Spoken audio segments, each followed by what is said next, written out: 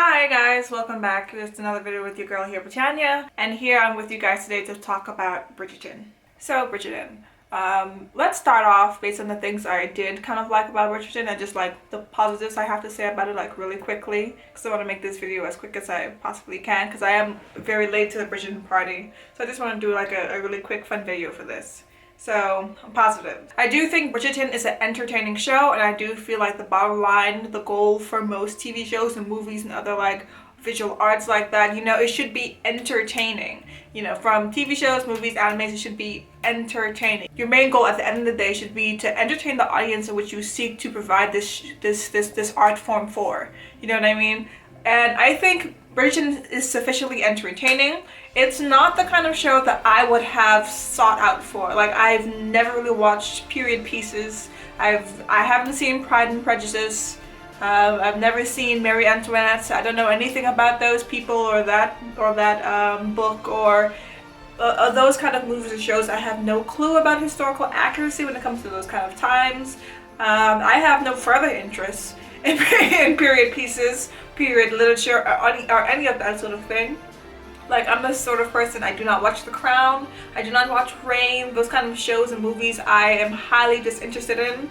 Especially, I guess, maybe from a black girl from the Caribbean, a country specifically that's still colonized by the UK. Whenever I see those kind of shows and movies that's glorifying like royal life or the olden days of, like the English high society or just like royal culture in general, I'm just like, I don't give a about these people.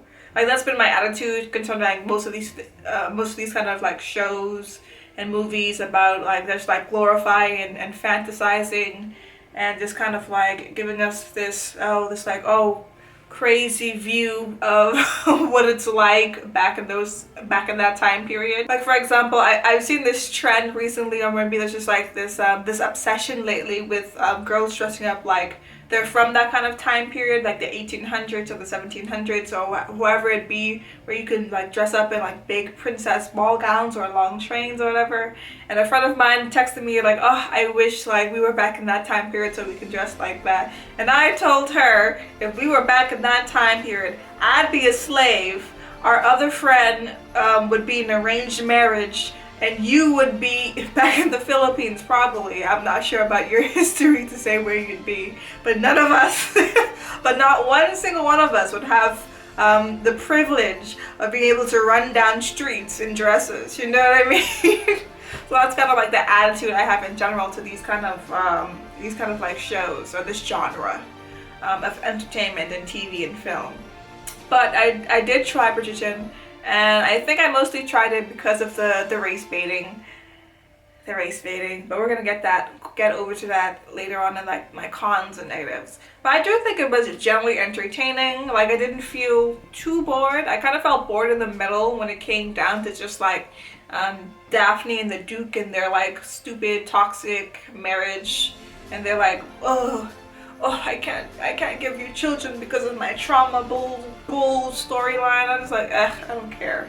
But for the most part, I think it's very entertaining. It has a kind of like Gossip Girl, Pretty Little Thing vibe going on in terms of having this mystery character, Lady Whistledown, which, it's been done, and it's been done to death, I think, with those two shows, especially with the popularity of those two shows. But I don't think it's a bad touch with Bridgerton. I do think it gave it something a bit more interesting about it. It dramatized the show more. It made the show a bit more fun.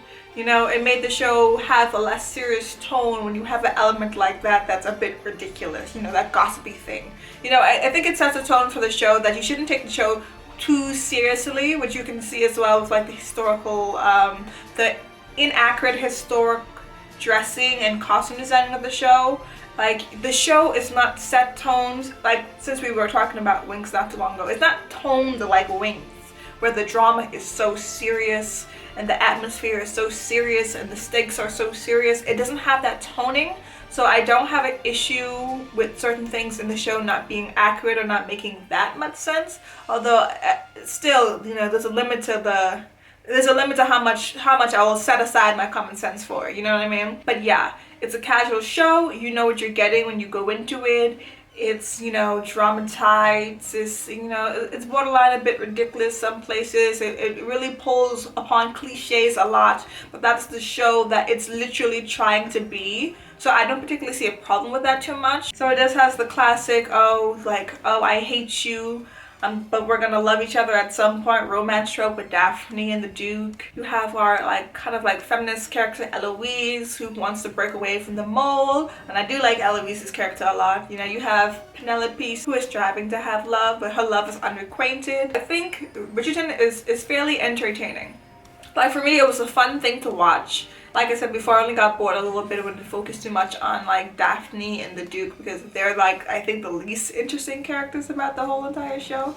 But I liked Eloise, I liked Miss Featherton. I not really like her, but I liked her character for the show. It gave something to the show. It gave drama and a perspective, and maybe like a kind of villainy character, but not so much. Yeah, but what I have to say to sum it all up and just make this short is that Bridgerton is entertaining. You know what you're getting when you step into it, when you first watch it, and it delivers on all those kind of cliche points and expectations. Like, it's nothing, it's not a masterpiece, you know what I mean? It's nothing that's gonna try to stroke anything new or any real conversations about anything, at least not purposely. Whatever conversations it does stroke is because of what it's done well, you know what I mean? But not because it purposely is trying to create any conversation. It's a fun, casual show. If I had to compare it to anything, I would compare it to Emily in Paris. It's that kind of vibe. Low stakes, low rewards, casual tone, more fun, cliched, mostly about the romance. And you know, it's trying to be a bit fashionable as well as it can be with historical pieces. Although I do understand as well that a lot of people had issue with the historical inaccuracy of the fashion. Although for me personally, I don't care because I don't watch historical pieces. So it didn't bother me. I just felt like if it was going to be historically inaccurate, I wish they would have pushed the boundary a bit more with like historical fashion. If you're going to be inaccurate, you might as well just be like ridiculously inaccurate and just pick the most, I don't know, like just eye-consuming pieces that you can. Like just push the boundaries. I really want to see a show that really pushes boundaries in fashions more. Like I feel like more people on Instagram and TikTok are now pushing fashion boundaries and coming up with these creative outfit pieces and sets and looks. Like I feel like TV shows and movies need to catch up to people on TikTok and Instagram. I'm saying people do crazy and cool things.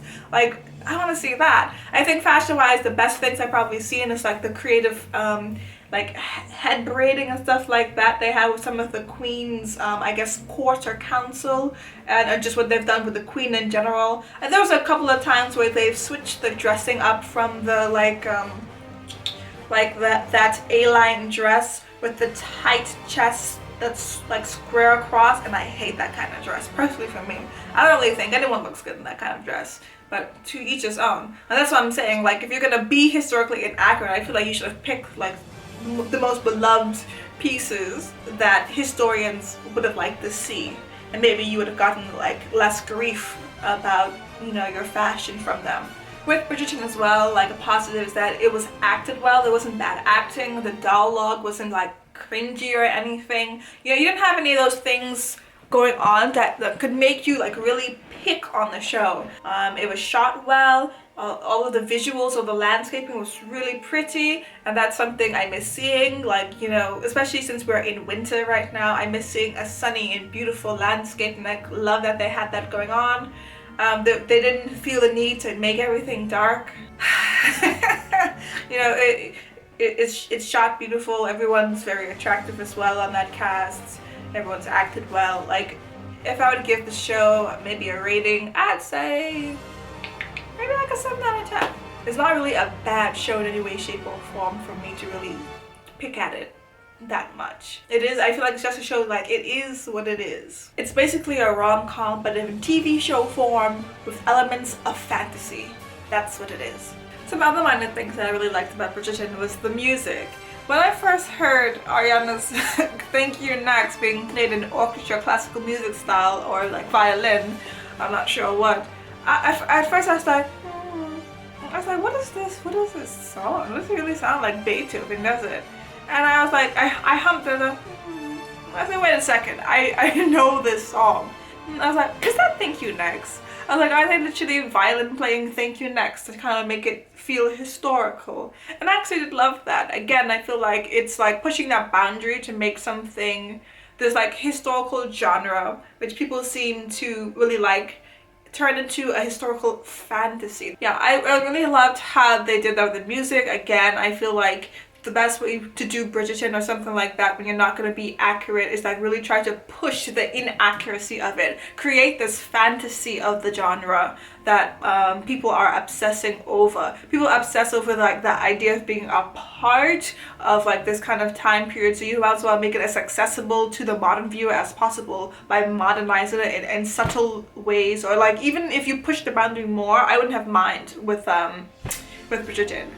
Of course, you'd have to keep some things within the feel of that kind of historical period because the fantasy is being a part of it. But still, if you push the boundary in other ways where people would have mind as much to make them feel like they really can be Bridgerton, or they can be Jane Austen, or they can be Pride and Prejudice, you know, these things. They want to feel like they can be it. So I like that they did that. I know that a couple of people were saying that they may not have been that crazy about the sex scenes in Bridgerton, but I didn't have any complaints. I didn't have any complaints. I felt like, okay. I felt like that's the only time when like Daphne and Simon's relationship was getting kind of spicy. I particularly like that scene of them out on the lawn near the river, just like, you know what they were doing. You know the scene. I like that scene because again, I feel like it kind of builds into this fantasy. Like if you had an estate with like the land of plenty and you had a river on your estate and you could take like a picnic, basically you're in public but in private at the same time. Why wouldn't you wouldn't do that? I'd do that. I don't know. I feel like that's a part of like the fantasy, like doing the things you know you can't do in a world you can't do, but seeing it portrayed in a different world. Like that's fantasy. So I like the sex scenes. I like, ooh, spicy. I feel like the only sex scenes I didn't like was like maybe the sex scene with the brother on the tree when they were, you know, doing that in the first episode with like the chauffeur for the carriage. What is the driver called? Well, not a driver. What is the man for the carriage called? I don't know. Let me know in the comments. I was the only sex scene I didn't particularly like. I don't know. It was just kind of like brash and there for no reason, just to show me that okay, sex is gonna happen in the show, kind of thing. It's like I feel like it was just like a scene to set the tone sexually, to let me know that there will be sex scenes, rather than anything that really felt legitimate or it really garnered my interest anyway. Yeah. Plus, I don't know, it also kind of set the tone that I think it was Colin as the brother who's involved in that scene. One of the brothers, whichever brother, the oldest one, kind of set the tone that their relationship is mostly sexual, but that is not the case because he kind of loves her. He just doesn't love her enough to marry her because he can't because of society and blah, blah, blah, blah, all that stuff. You know what I mean? So, yeah, I feel like the scene was a bit out of place. I didn't particularly like that sex scene that much. Also, there's an issue again when they have like the painter who is getting close to the other brother have this gay sex scene out of nowhere with another guy. You know, we thought we were like kindling something between them, but it's not. We just like found out he's gay because he walks in on him having sex with another guy, and then that's it. We don't really, like homosexuality is never brought up again throughout the whole entire season. I don't believe, not really, that was it. It was just like, I don't know. It felt kind of like the first sex scene, like shock value for shock value. Or I don't know, just showing it to us for the sake of showing it to us, not really doing anything with that material or the ability for like the show to go somewhere with that. So I don't know, I felt like that was disappointing because it's not as if, I understand it wouldn't be taken lightly in that era, as it's still condoned now in 2021 because people are people, I guess. And people have the capacity just to be horrible and ignorant for as many years, I guess, as it takes, and for us to try to cleanse that out, or at least minimize it, because it seems like it will never cleanse. But the point I'm making is that, like, there's, you know, there may never be a time where that kind of thing, like that kind of thing, why am I saying like that? Homosexuality. There may have never been a time prior or in the future where homosexuality is just like accepted all across the board, but in that time it's way more demonized. though it still existed, so why not show it? You know what I mean? Like, it's not like homosexuality came out of nowhere. The same way like black people have been demonized, and like foreign people in general have been demonized forever from one race to the next. Like, we still existed though. You can still show us. The same way Bridgerton took that liberty to have black people be placed in society in a non-negative way. In the show, you could have had homosexuality be there too. I don't understand why we had this like quick scene of it and then never again. Like, why? Like, you're already fantasy, you're already inaccurate.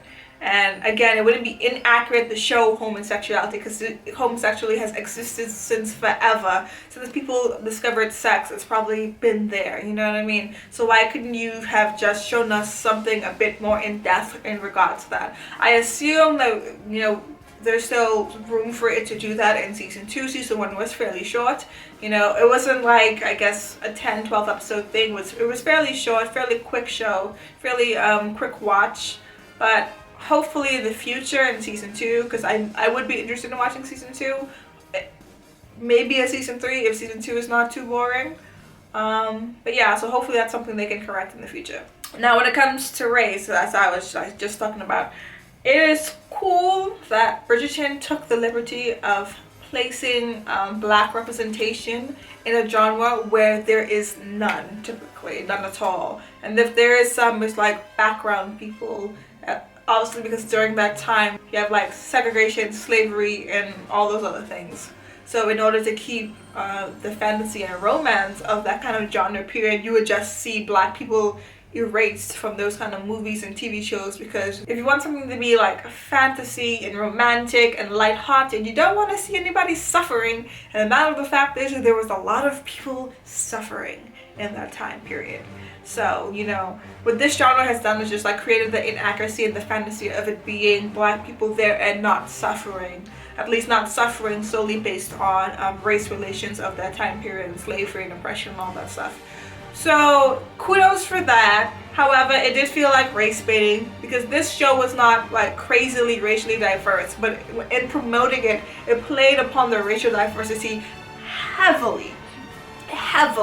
And I feel like I wouldn't have criticized the racial diversity as much as I am now if it wasn't so much for how much they clung on to it as promotion in order to get so many people to watch as it has. One of the reasons I watched it is because how much they threw that, oh, we're so diverse, this is diverse, it's diverse, it's diverse into it. You know, this is a diverse fantasy. That was one of the reasons why I watched it. I said, oh, okay, you're gonna put black people in a time period and not oppressed. That's cool, I'm down for it. But it does just about what every other thing in Hollywood does, or anything else created anywhere. It just does mostly biracial black people. And when I say biracial black, it means they're half black or they're mixed with black, as well as probably white or whatever else. And yeah, that was the diversity. Like, it wasn't even any other races. You said, I don't understand why people don't understand the concept of racial diversity. Do people know what diversity means? Diversity doesn't mean two. It doesn't mean two. It doesn't mean couple. And it doesn't mean biracial. Again, I've said this with the wings thing, and I've had like a discussion in the comments about it. I'm not sure I probably discussed it that well. When people are discussing the issue of numerous pieces of film and TV series putting biracial people in place in order to satisfy the check mark of black, specifically diversity. The issue with that is not that we do not want to see our biracial sisters and brothers in film and TV. We do not have an issue with biracial people. Our issue is that whenever a show or a movie wants to have their one token or two or however many token black characters, they feel like just make them all biracial, and then that's the black check. When in fact, yes, they are of black descent, but they are not fully black, so they cannot fully represent the black experience, as well as that it seems that the only time when you want to have a black experience or representation is when that character is biracial, simply because biracial characters do not upset whiteness the way fully black or any fully or monolith racial other person upsets whiteness more. It is more pleasing to a white audience to have a character who is biracial rather than fully any one race, because therefore you can have that character be of that race as well as white, so that they have certain popularized or certain defining features that is more assimilated or associated with the white people, so it doesn't upset the white audience. And it is sickening and tiresome. We're tired of you casting biracial people as the only diverse category for a TV show or a movie, especially when it comes to positive roles. And then when you have other black people, specifically dark-skinned people, they gotta be like demonized or not fully developed, or they're just like a side character that no one gives a about because you don't write them to be given about. It is irritating. Like it's so irritating. And again, it doesn't mean that we don't want biracial actors playing characters. We just don't want biracial characters used as a black replacement in order to satisfy black representation, because it appeases white audiences the most, as opposed to someone who is fully black or a darker tone than what most biracial people appear to be. Blacker toned or have other Afrocentric features, like 4C hair rather than that loose curl 3A, 3C or whatever it is kind of hair that other monolithal, I'm not sure if that's a real word, of other monoliths would have. That's what we're saying. Like, that's the only, I guess, those are the main issues that I have with Bridgerton. Of course, the younger black or biracial girl has to be biracial because we have to view her as sexually attractive. Therefore, for her to be sexually attractive, of course, she has to be biracial. Make the older woman dark skinned because we don't have to see her as sexually attractive. We just have to see her as a mother figure. And I felt like that was why they have that play there, as well as with the only one other dark-skinned character was Simon's dad, which kind of makes no sense because his mom seems like she could be biracial. The dad is very dark, he looks biracial. That's another weird thing that I see like film and TV does, like with that one movie with Yara Shahidi in and the guy from 13 Reasons, right?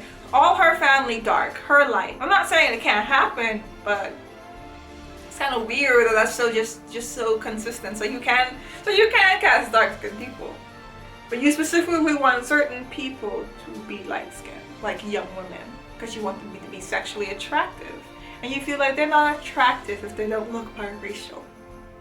I see you. I don't like how they kind of demonize Simon's dark-skinned father, as well as it didn't really make that much sense. I understand it makes sense for him kind of to have this hate relationship with his wife. It seemed like he didn't care about her, but it never really made sense to me why he hates Simon. At first I thought, okay, maybe it's the stutter. That means he's flawed. That means he can't carry the family representation well. The presentation of the family name, blah blah blah. But like his stutter got fixed and he still hated him, and it was like, why? Like, you obviously didn't care about your wife, or it doesn't seem like you care about your wife. We have no implication to see that you loved her, because you pushed her so hard to have this kid, and when she had it, you didn't even check on her while she was dying, bruh. Like, we didn't have any implication to see that he really cared for her. He even said to Simon that she was useless, and this is after her death. So why do you hate Simon? Because it would only make sense if he hated Simon because he killed his wife, who he beloved, but we didn't get to see that kind of dynamic from them at all. It kind of just seemed like he wanted a wife to fulfill the role of which all women play, is what we get from a lot of the men in this show, which makes sense. But him hating Simon made no sense. It just seemed like a ploy to demonize him, as well as a ploy to give Simon a reason to be difficult in order to create tension between him and Daphne, which was stupid, because I did not care about the tension. Like, as soon as they started to argue again within the marriage, I did not care anymore. Like, I just like, oh my god, enough. There's too many cliches at once. The whole argument in the middle, like, oh, I'm brooding and you can't understand me because I'm brooding. Can we stop that bullshit with men? What is this with that? What is that trope with men? I don't find it very attractive in rom-coms or any kind of romantic movies or TV shows. The whole brooding so you can't understand me and this is why I'm like this way. Kind of, I don't want to be this guy thing. I'm tired of it. It's never really been that great of a romantic trope, right? Like, let that die with Twilight and let us not do it anymore. Stop it.